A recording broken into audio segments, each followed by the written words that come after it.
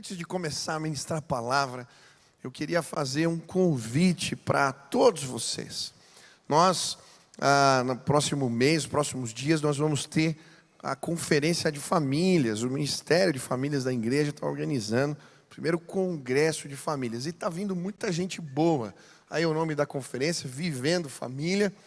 Nós estamos trazendo vários preletores, assim, para nos ajudar a crescer em algumas áreas. O Lucas e a Jaqueline Hayashi são pastores lá em São Paulo, da Igreja Zion. Eles trabalham com educação infantil, têm uma escola. E eles vão nos ajudar muito. Eu tenho certeza que você vai ser abençoado pelo que eles têm a dividir com a gente. Está vindo também o pastor Marcos Eberlin, tá? Ele é um cientista, ele fala sobre cosmovisão. A filha dele foi a cientista mais premiada no Brasil, tá? E ele assim, é um homem muito inteligente. Ele vai falar sobre como defender a fé, como é que o teu filho defende a fé na faculdade, defende a fé na escola. Vai ser especial. Estamos trazendo o pastor Fernando Diniz, é um amigo, ele também é pedagogo, já ministrou para professores no Brasil inteiro. Estamos com o pastor Nassif, que vocês conhecem, que é de casa. Ele vai estar falando sobre o ninho vazio. Você vai ter aqui o pastor Klaus, que é meu tio, vai contar as histórias de família. Você vai ouvir, a minha família é complicada lá de trás. Ele vai contar uns causos aqui. E eu tenho certeza que vai ser uma bênção. Tem várias oficinas, então olha lá as oficinas. Meu filho está com problema, viciado em tela, videogame. Tem lá oficina para isso, tá? Você está vivendo um momento diferente, né? Os filhos saíram de casa. Tem oficina muito boa em várias áreas. Então participe. O louvor vai estar sendo feito pelo pastor Ademar de Campos. Então assim, e está muito barato. A ideia é que todo mundo participe, né? Então, queria te convidar. E o pessoal do Ministério de Famílias, eles fizeram uma graça, assim, né? Vocês sabem que eu tenho 3 filhos, 2 que já nasceram e 1 a caminho. E então eles fizeram um vídeo do meu filho que não nasceu, convidando vocês para a conferência de famílias. Olha o que eles fizeram.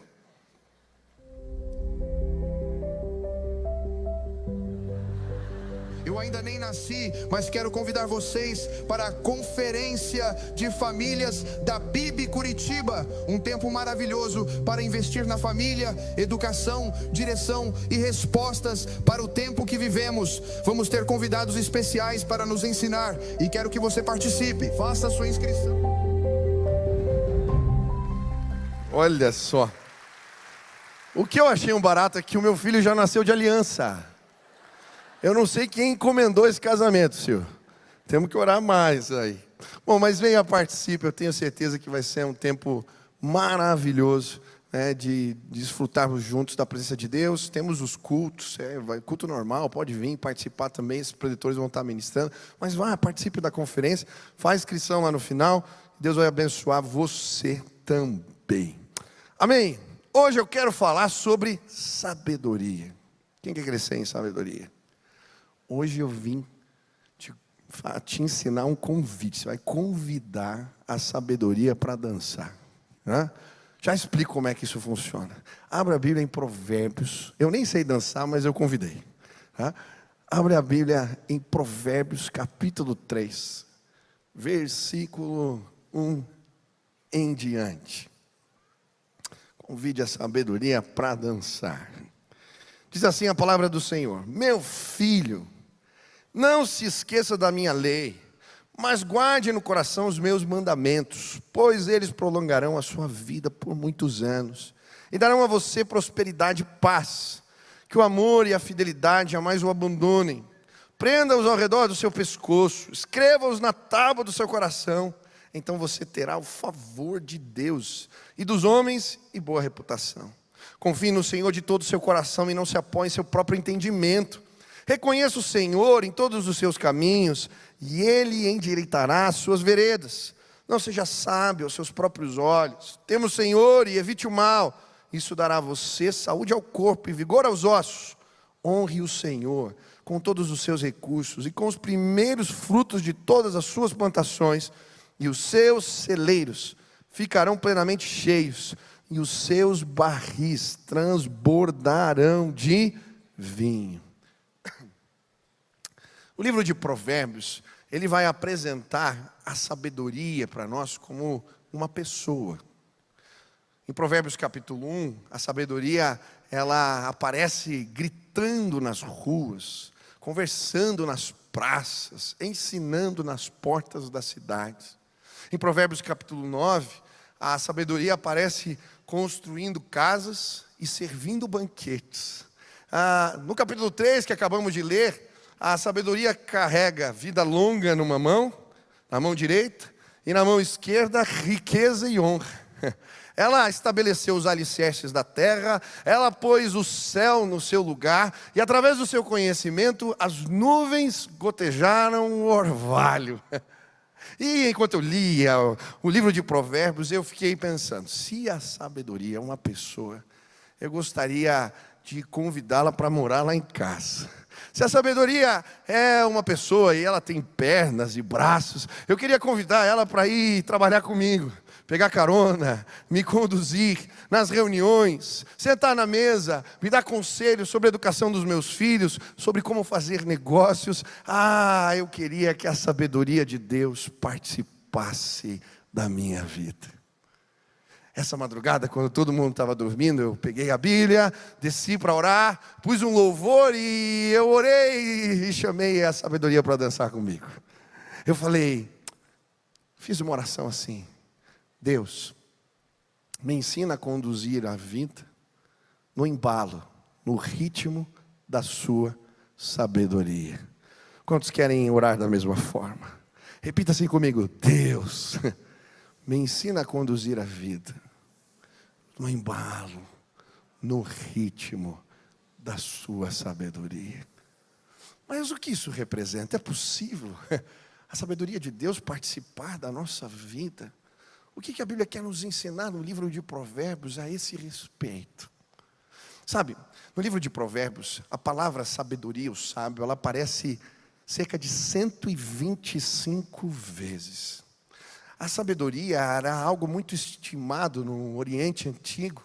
A maioria dos reis tinham sábios que eram seus conselheiros. Nas horas difíceis, eles os consultavam. Mas a Bíblia, quando fala de sabedoria, ela fala do conhecimento de Deus, da revelação do Senhor que nos alcança. É por isso que José é chamado de sábio na Bíblia, porque ele teve acesso a revelações profundas do Senhor.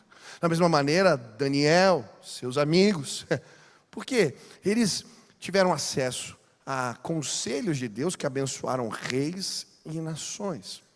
Mas eu acho interessante, a palavra sabedoria, hakan no hebraico, ela também está ligada a algo prático.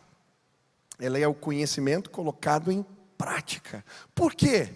Porque essa palavra, ela era usada muitas vezes por artesãos, por pessoas que eram hábeis em trabalhos manuais, como aqueles que decoraram o tabernáculo, ou construíram a casa do Senhor. Em outras palavras, o que a Bíblia quer ensinar é que sabedoria tem a ver com conhecimento que a gente põe em prática na vida, que a gente vive no dia a dia, tem a ver com a arte de saber viver bem.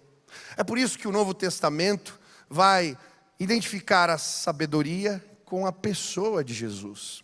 Em 1 Coríntios, no capítulo 1, no versículo 30, a Bíblia vai dizer assim, que Deus nos uniu com Cristo para que Cristo fosse a nossa sabedoria. A Bíblia também vai nos dizer em Colossenses 2, no versículo 3, que nele, em Jesus, estão escondidos os tesouros da sabedoria e do conhecimento. Em outras palavras, as respostas que nós precisamos para a nossa vida, nós podemos encontrar em Jesus. Ele é a sabedoria de Deus em carne e osso. Ele é o modelo de vida. Ele deve ser aquele que mostra e aponta caminhos. Hoje eu vim dizer para você que a sabedoria de Deus pode morar na sua casa. Que em Jesus você pode abrir um baú e desfrutar de conhecimentos profundos que só podem ser revelados pelo Senhor. Eles estão disponíveis para você. Quantos querem abrir esse baú? Quantos querem que a sabedoria de Deus participe de suas vidas. Aleluia. Mas isso é possível, pastor? Claro que é. Eu nunca vou me esquecer de uma conferência que eu participei em Nova York. Eu fui convidado para pregar numa igreja, eu estava emocionado, isso faz alguns anos, porque era a igreja onde John Wesley, um grande avivalista, ele ministrou. Era uma igreja histórica. E eu falei, nossa, olha que legal, pregando, que estava emocionado de estar pregando naquele lugar.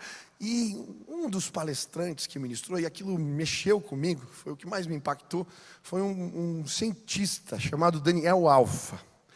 E esse homem, ele contou uma história linda. Ele trabalhava para a NASA na década de 80. E ele contou, ele era um cientista brasileiro, e ele contou uma série de experiências que ele viveu, onde a sabedoria de Deus o ajudou a trabalhar. E ele contou uma especial, que foi quando a Challenger, aquele ônibus espacial em 86, ele explodiu. Quem lembra disso? Os mais velhos lembram, né? 86 eu tinha 3 anos, mas eu vi a história, as notícias, né? Mas, e ele estava falando, naquela época eu trabalhava lá. E quando explodiu a espaçonave, eles reuniram todos os cientistas, e a ordem era que ninguém saísse de lá, até eles resolverem o problema, descobrissem o que aconteceu. Ele falou, eram mais de 300 pessoas, 300 cientistas, a gente dormia, ficamos 42 dias no lugar, procurando uma resposta. E ele, no testemunho, disse que ele tinha um chefe que era ateu confesso. E quando foram passando os dias, eles não encontravam as respostas, ele chegou para esse homem, Daniel Alfa, ele era conhecido como o pesquisador de Deus, o cientista de Deus, porque tudo que perguntavam para ele, falava assim, Deus vai me ajudar, Deus vai me ajudar, Deus vai me ajudar. E aí aquele homem ateu, confesso, veio zombar da fé dele. Ele falou, e onde que está o teu Deus? Ele foi passear, ele está de férias. O que aconteceu com ele? Por que a gente não acha a resposta para esse problema? E aí ele disse que quando aquele homem falou aquilo, ele sentiu um calor assim, correndo nos seus pés e pelo corpo inteiro. E de repente ele falou, ainda hoje o meu Deus vai trazer a resposta para esse problema. E aí quando o cara falou, quero ver, tirou sarro de novo, ele falou, meu Deus, por que eu falei isso? Mas ele falou, foi uma coisa do Espírito, um impulso de Deus. E aí eu fui para o meu escritório, era um laboratório, e eu fiquei lá orando, falei, Deus, agora me ajuda, a gente precisa de uma resposta.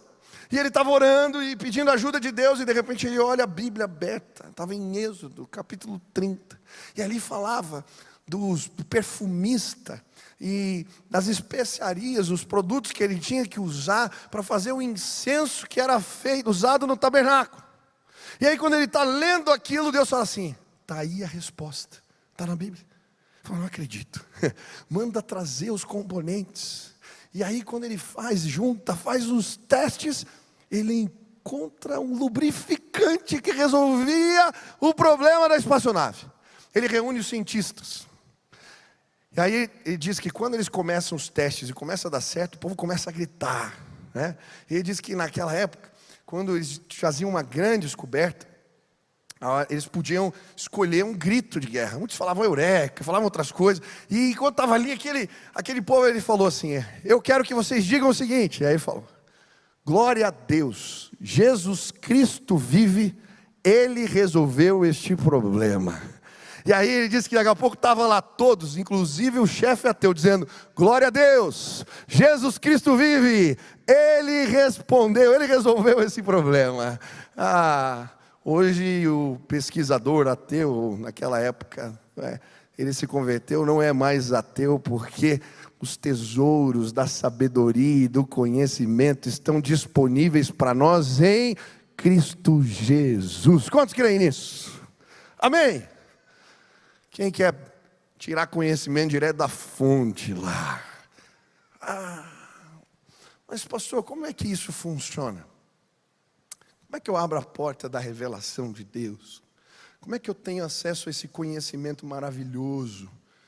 Esses conselhos do alto, os conselhos de Deus. A Bíblia, nesse texto, ela vai falar de uma série de bênçãos, de recompensas, que acompanham aqueles que colocam alguns princípios de sabedoria aplicam esses princípios na sua vida. Que a Bíblia está ensinando assim, ó, quando você aplica alguns princípios que a palavra de Deus ensina, princípios de sabedoria na sua vida, a sabedoria trabalha em seu favor. E eu creio, você vai ser abençoado. Amém? Você vai ser abençoado. Hoje eu queria te desafiar a deixar a sabedoria de Deus embalar a tua vida no ritmo certo e provar o que acontece quando fazemos isso. Primeira lição. Quem quer ser embalado pela sabedoria? Amém? Primeira lição. Olha o que diz o versículo 1. Meu filho, não se esqueça da minha lei, mas guarde no coração os meus mandamentos, pois eles prolongarão a sua vida por muitos anos e darão a você prosperidade e paz. Primeiro princípio, a palavra de Deus aplicada. É quando eu lembro da palavra, eu conheço a palavra e eu aplico ela na minha vida. É muito interessante, a Bíblia vai dizer em várias porções, que quando a gente pega a palavra de Deus e aplica na vida, a gente é bem sucedido. Existia uma oração no meio do povo de Deus, tá? Que é muito conhecida entre os judeus, e eles a professavam, que era Shema, tá? A Shema, a palavra Shema significa ouvir e obedecer. Ouvir e obedecer. Repete comigo, ouvir e obedecer. E essa oração está lá em Deuteronômio. O próprio Jesus fala sobre essa oração. Diz assim: ouve Israel, o Senhor nosso Deus é o único Senhor. Amarás, pois, o Senhor teu Deus de todo o teu coração, de toda a tua alma, de todas as tuas forças. Essas palavras que hoje te ordeno estarão no teu coração. Tu as inculcarás a teus filhos, e delas falarás assentado em tua casa e andando pelo caminho, e ao deitar-te, e ao levantar-se. Olha que lindo. O que a Bíblia está ensinando? Olha, para os teus filhos serem bem-sucedidos, ele vai falar de um monte de promessas nesse texto de Deuteronômio. Você tem que ensinar os filhos, inculcar eles na cabeça deles. Você vai falar na hora de dormir, na hora de levantar, a aplicarem a palavra de Deus. E quando eles aplicarem a palavra de Deus na vida, eles vão ser recompensados por isso. Sabe, muitas vezes a gente ensina os valores, mas a gente só passa conhecimento para os nossos filhos. E a gente não ajuda eles, ou nós mesmos, não pegamos o conhecimento e aplicamos para situações do dia a dia. Quantos querem que seus filhos sejam prósperos e bem-sucedidos? Os ensine a aplicar a palavra no dia a dia. Esses dias, vou te dar um exemplo de como isso acontece. Esses dias, lá em casa, meus filhos estavam brigando. Eles brigam lá em casa. Não sei se na sua também acontece. Eles são uma bênção, são queridos, mas às vezes tem uns arranhamentos lá. Eu estava na mesa do café, conversando com a Sil, e de repente, eu comecei a ouvir uma briga, uma gritaria, uma confusão, e eu mandei chamar os dois, desceram lá, um chorando, e aquelas brigas sem sentido. Eu queria ver dorama, e ele queria ver futebol. É uma maravilha, uma briga séria, sabe? Um caso sério. E aí sentamos, e eu falei assim: pega lá um papel e uma caneta. A gente vai estabelecer algumas regras aqui em casa. Primeira regra, escreve aí. Depois eu mandei desenhar, está lá no quarto deles, tá? Primeira regra, repitam comigo. Nessa casa, a Nina dava risada. Falei: para de rir que é sério, tá? Nessa casa não tem gritaria. Anota aí, nessa casa não tem gritaria. Ah, por quê? Falou: não sei. Aí eu falei assim: porque está escrito na Bíblia. Em Efésios capítulo 4, está escrito lá: longe de vós toda cólera, ira e gritaria. Eu grito com a mamãe? Não. A mamãe grita comigo? Não. Por quê? Porque a gente se respeita. Nessa casa não tem lugar para gritaria. Vocês entenderam? Sim, pai. Aí foi para o segundo. Aí eu falei: ó, nessa casa, anota aí, a gente não chora por qualquer coisa. Mas por quê? Falei: a Nina, porque as nossas lágrimas são preciosas. Falei: mas quem te ensinou isso? A mamãe. Eu falei: que bom. Tem um texto na Bíblia que fala que Deus colhe as nossas lágrimas numa garrafa. Eu falei, isso mesmo. Então no final do texto diz que Deus ele colhe na garrafa e ele escreve no livro dele os motivos da nossa lágrima. Imagine no livro de Deus, a Nina estava chorando porque queria assistir dorama e o Benny queria assistir futebol. Daí não dá. As nossas lágrimas são preciosas. Então a gente não chora aqui por qualquer coisa. E aí continuamos. Eu fui falando de outras regras. Aqui a gente não mente, porque o pai da mentira é o diabo. E eles eu colocando o texto do lado. Aqui a gente obedece de primeira, porque em Salmo 119 diz que apresso-me a fazer os teus mandamentos. Tem que fazer com pressa. Aí fui falando sobre obediência, falei desperdício. Sabia que na Bíblia diz que o irmão da preguiça, da negligência no trabalho é o desperdiçador? Você quer ser bem sucedido? Não pode desperdiçar comida. Vocês estão entendendo? Eu não sei se na tua casa, às vezes o filho deixa a comida no prato, se ele grita, se ele briga. Olha que oportunidade você tem de ensinar a palavra de Deus a ser aplicada no dia a dia dele. E quando ele faz isso, ele não apenas aprende a palavra, ele aprende valores que vão abençoar a vida dele para sempre. Quantos creem nisso? Escute Quem quer ser bem sucedido? Escute e obedeça. Escute e obedeça. Agora isso serve para tudo. Eu estava lendo o livro de 1 Reis. E eu estava tão impressionado com as histórias de Elias. É impressionante o que Deus faz com Elias. Ele ora, para de chover. Ele ora, chove de novo. Ele ora, cai fogo do céu. Ele ora e Deus faz os corvos trazerem comida para ele. Eu estava lendo e eu falei assim, Deus, eu sou um pastor miserável. Eu comecei a ler e falei assim, Deus, me mostra. Eu queria ser usado pelo Senhor como Elias. E aí comecei a orar, eu oro no chuveiro. Eu fico falando, Deus, como é que é? E aí eu estava ali, Deus, lê de novo o texto. Aí eu peguei o texto e fui ler de novo. E aí eu vi um padrão. Deus falou para Elias, vai lá e fala para o rei que vai parar de chover. Ele vai, ouve e aí o que acontece? Para de chover. Aí Deus fala para ele, agora você vai se esconder na cidade de Querite, porque lá tem um riacho, e eu vou mandar os corvos te alimentarem. E aí o que ele faz? Ele escuta aí ele vai para Querite, e diz a Bíblia que os corvos, imagine, para um profeta o corvo era um animal impuro, mas ele trazia carne e pão para ele, de manhã e à noite. E aí Deus fala para ele, o riacho seca, agora você vai para Sarepta. Sarepta era a terra da Jezabel, da inimiga dele. Você vai para Sarepta, porque lá eu vou mandar uma viúva. A viúva não tinha nada naquela época. Ela vai te sustentar. E aí o que ele faz? Ele ouve e aí o que acontece? Ele chega em Sarepta. A viúva o acolhe em casa. E na despensa da mulher, ela abria, tinha farinha e tinha azeite. Quantos querem ser bem-sucedidos? Escute e obedeça. Esses dias eu trouxe aqui para dar um treinamento para a igreja, uma associação que foi fundada pela Chicken Filé. Eu não sei quantos conhecem a Chicken Filé. Ela é uma empresa de fast food nos Estados Unidos, uma das que mais tem crescido nos últimos anos. E ela foi fundada por um homem de Deus, um cristão. Chicken Filé está crescendo absurdamente, mas ela não abre no domingo, porque o fundador é um homem de Deus.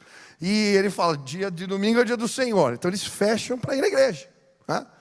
E eu trouxe esses irmãos porque a filha do fundador da Chicken Filé, ela foi missionária aqui no Rio de Janeiro. E ela plantou essa associação que treina líderes no mundo todo. E vieram lideranças da empresa contar para nós aqui na igreja o que fez eles se tornarem bem-sucedidos. E aí eu achei interessantíssimo. O treinamento, na verdade, eram os valores da empresa, a cultura da empresa, que eles explicaram para nós. E sabe o que me chamou a atenção? Todos os valores, os 5 que eles compartilharam, eram princípios da palavra de Deus. Eu lembro do primeiro, ele falou assim, pense primeiro nos outros. Tinha um versículo embaixo. Aí ele falava, nós crescemos porque nós adotamos essa filosofia. Espere sempre o melhor. Aí eles falavam de fé. E tinham todos os princípios. E eles estavam dizendo assim, essa empresa prosperou e cresceu porque nós aplicamos os princípios da palavra de Deus no dia a dia, nos nossos negócios. Quem quer ser bem sucedido aqui? Levanta as duas mãos. Eu vou te ensinar algo muito poderoso. Você pode pagar seminário caro aqui, ó. Pega o que eu estou te falando. Levanta a mão assim, ó. Pega a palavra de Deus numa mão. Isso, agora na outra. Aplica. Para você lembrar, pega a palavra de Deus com uma mão e na outra você aplica. Você vai fazer isso na tua casa. Vai pegar a palavra de Deus com uma mão e na outra você vai aplicar sobre os seus filhos. Você vai pegar a palavra de Deus numa mão e vai aplicar sobre os seus funcionários. Você vai pegar a palavra de Deus numa mão e vai aplicar sobre os seus negócios. Me conta daqui a um tempo, se Deus não te abençoou e te fez bem-sucedido. É promessa, dá certo. Quantos creem assim? Agora levanta as duas mãos que eu vou orar por você. Deus, faz o negócio dos teus servos prosperar, o trabalho deles, a família deles, o ministério deles, que eles não tenham medo de pegar os princípios da palavra e aplicar de forma prática no dia a dia deles, e que as histórias do favor de Deus se multipliquem entre nós. Derrama, Pai, favor do céu, em nome de Jesus. Você pode aplaudir ao Senhor. Aleluia.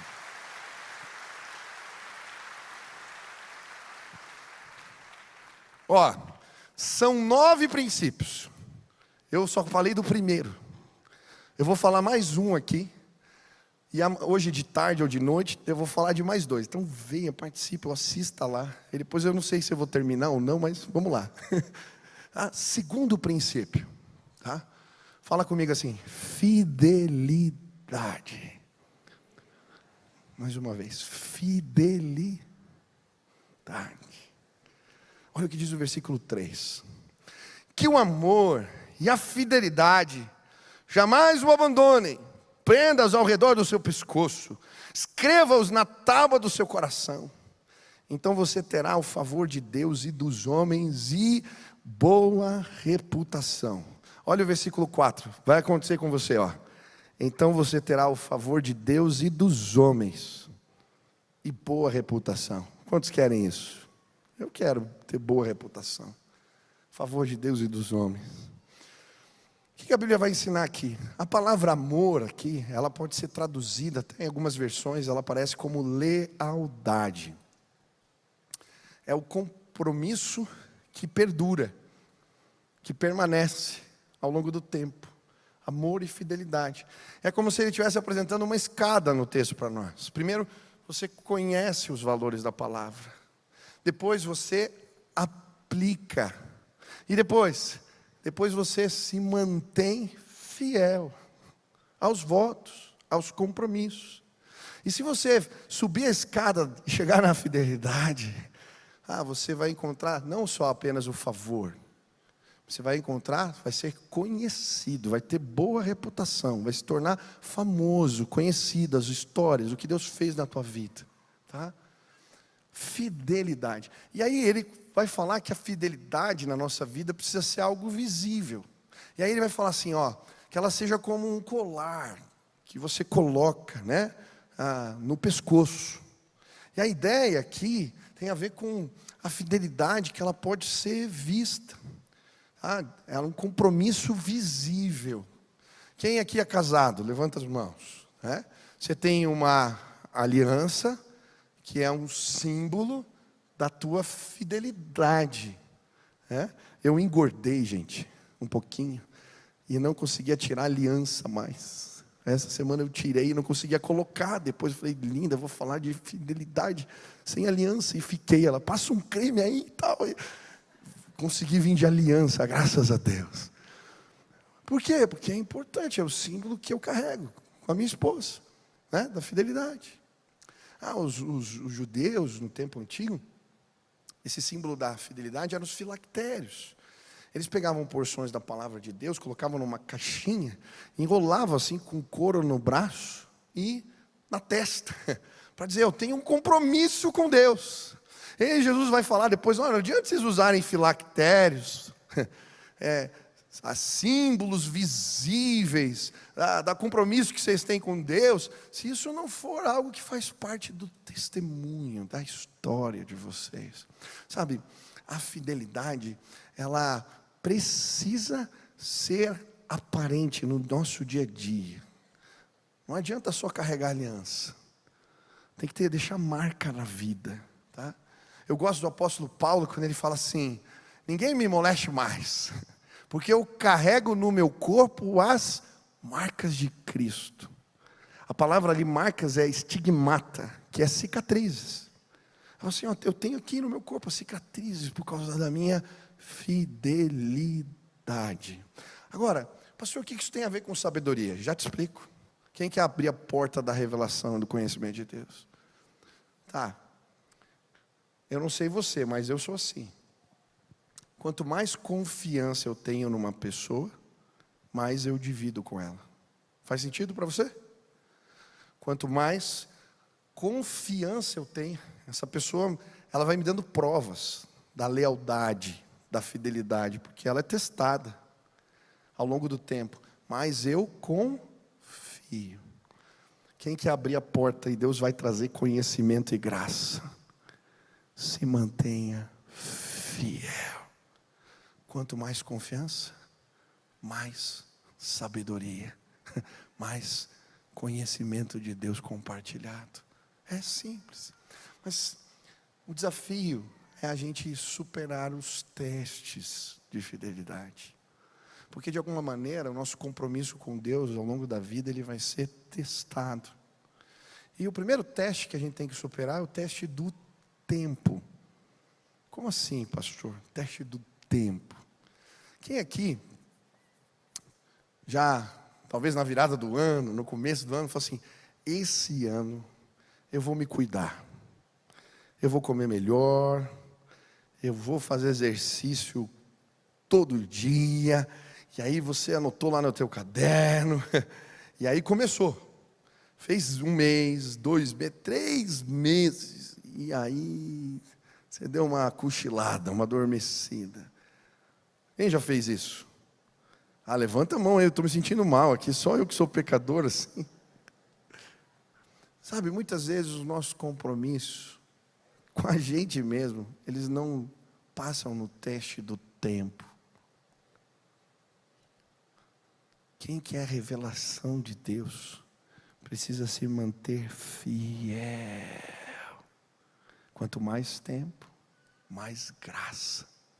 Olha só, tem tantas histórias bonitas sobre isso. Eu gosto de Samuel. Quando Samuel começa a caminhada com Jesus, com Deus, perdão, ele recebe a revelação de Deus. Um tempo onde a Bíblia diz que as visões eram raras e menos frequentes. Lembra disso? E aí Deus fala: Samuel, Samuel. O que ele faz?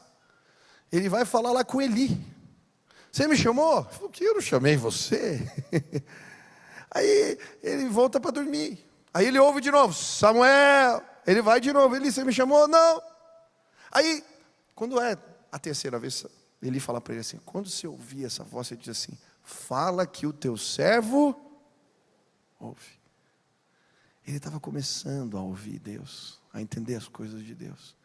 Às vezes você vai vendo que essa fé de Samuel perdura ao longo dos anos. E depois, é impressionante. Quando ele vai ungir Saul, ele sabia que as mulas dos jumentos do pai de Saul tinham se perdido. Sabia que ele ia passar na sua casa, sabia o caminho que ele ia fazer, já tinha a refeição preparada, porque Deus revelava, porque a fé perdurou ao longo do tempo. Tem uma história linda na Bíblia, a história dos recabitas, eu acho maravilhosa.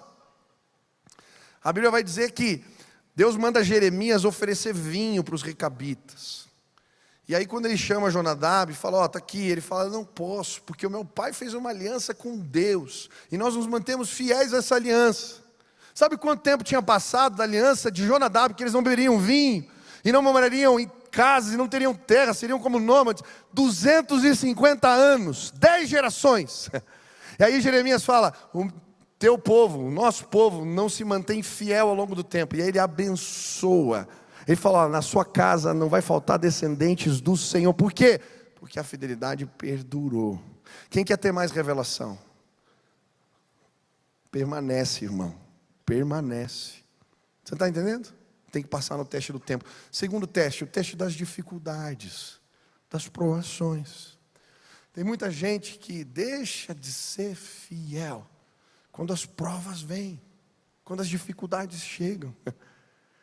A Bíblia diz assim: aquele que tem os meus mandamentos e os guarda, este é o que me ama.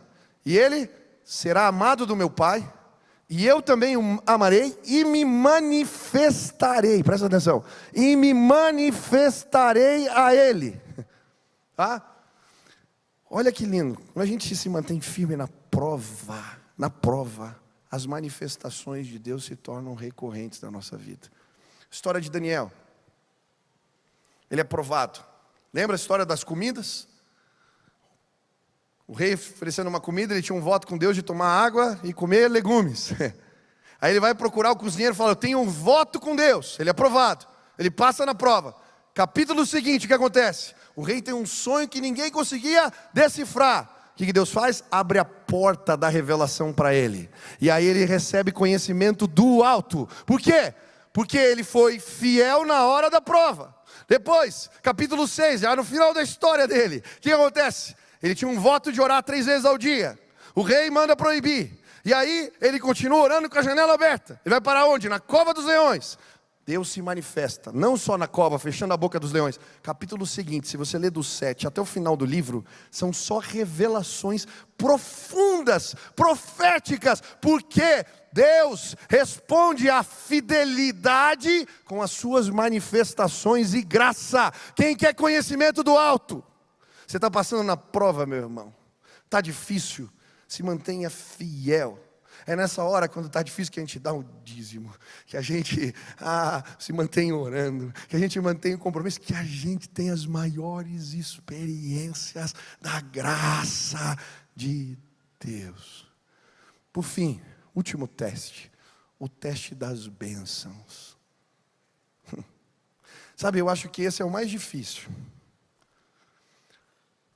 Muita gente na hora da prova se apega mais com Deus.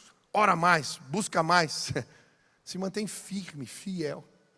Mas quando as bênçãos chegam, Salomão se corrompeu na hora das bênçãos. Gideão se corrompeu na época das bênçãos.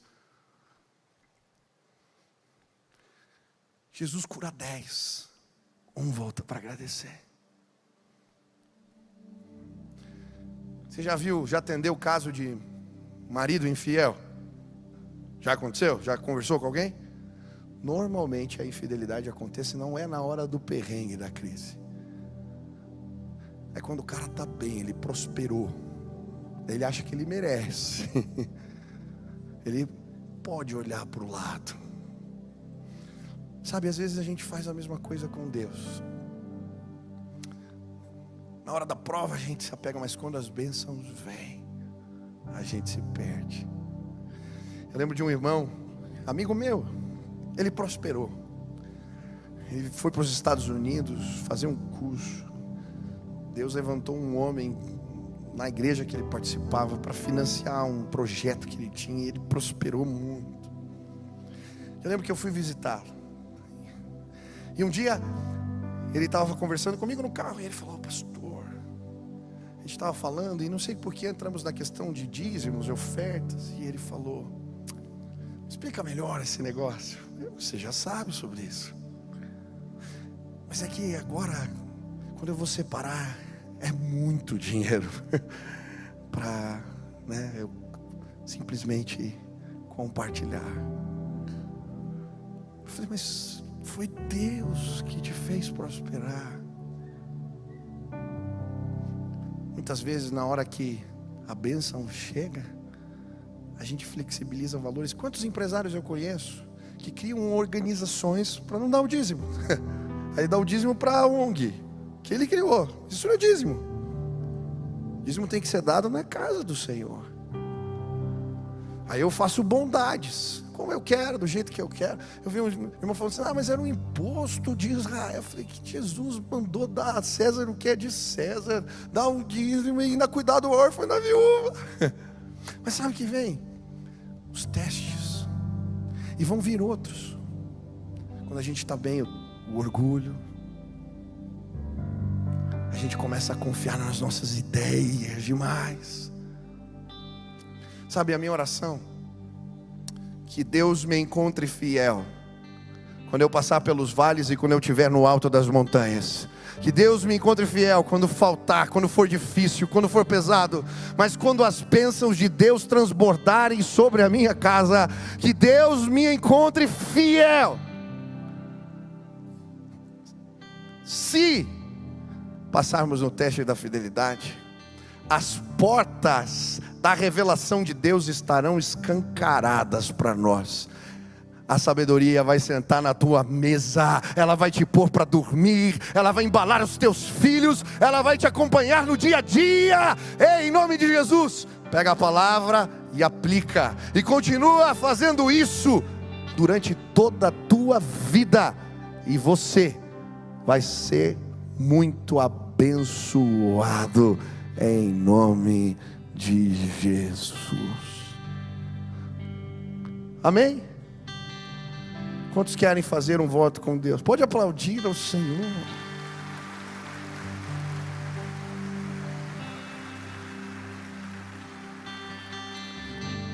Aonde você está, se você quer falar, Deus, eu quero que a tua sabedoria me embale. Eu quero levar a vida no ritmo da tua sabedoria. Eu quero aplicar esses princípios na minha vida. Eu quero vivê-los plenamente. Aonde você está, fica de pé no teu lugar, em nome de Jesus. Fica de pé, fica de pé.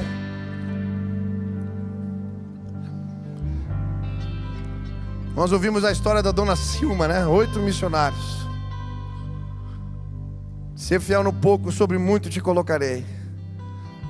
Ó, presta atenção aqui, olha para mim. Deus vai te colocar sobre o mundo, muito. Se mantenha fiel em nome de Jesus. Estenda as mãos assim e fala: Senhor, eu quero a tua sabedoria. Eu preciso da tua sabedoria. Senhor, me ajuda a aplicar a tua palavra no meu dia a dia. Ensinar aos meus filhos, aplicá-la nos meus negócios, no meu trabalho, em tudo que eu faço. Senhor, eu quero, Deus, a tua sabedoria e o teu favor. Senhor, me visita agora. Senhor, derrama o teu poder sobre mim. Clama agora, Pai, eu quero pedir em nome de Jesus, que o teu poder se manifeste agora neste lugar. Que o Senhor encontre entre nós pessoas fiéis. A tua palavra diz: ser fiel até a morte, dar-te-ei a coroa da vida. Pai, existem tantas promessas que envolvem fidelidade, fidelidade. Pai, em nome de Jesus, que os meus olhos não se desviem nem para a direita nem para a esquerda. Eu quero andar na tua lei. Não me deixa me corromper, Pai. Não me deixa acreditar nas minhas ideias. Não deixa, Deus, não nos deixes envadecermos, Pai. Precisamos de Ti. Derrama o Teu favor sobre o Teu povo. Derrama o Teu favor sobre o Teu povo. Que eles peguem a Tua palavra com uma mão e apliquem com a outra. E que eles vejam a Tua glória e o Teu poder.